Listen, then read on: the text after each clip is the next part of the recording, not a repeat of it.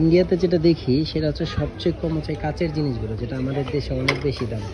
এটা সম্পূর্ণ কাচের একটা জিনিস, অ্যালুমিনিয়াম মুখা।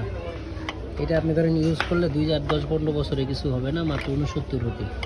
বাংলাদেশি টাকায় 100 টাকা জাস্ট। এটা একটা 100 টাকার জিনিস ইন্ডিয়াতে, ঠিক আছে।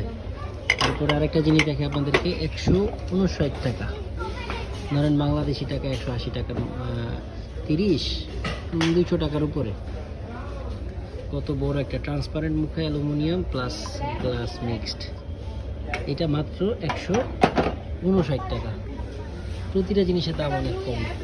দেখেন একটা মজার জিনিস দেখাই, সেটা হচ্ছে যে ছোট ছোট খাবার দাবার রাখবেন, বাদাম বা মশলাপাতিও রাখতে পারেন। এত সুন্দর, পুরোটাই কাচের কিন্তু, এবং এয়ার টাইট কিন্তু। এখানে এই যে এয়ার টাইট করা, এই যে রাবার দেখা যাচ্ছে এয়ার টাইটের। এটা মাত্র 19 রুপি। বাংলাদেশ টাকা কতই হবে, ধরেন 27 টাকা। খুবই চিপ প্রাইস। এটার দাম 21 টাকা, ভেরি চিপ। ব্যাগ, বই, খাতা সব কম, লাইট সব কম।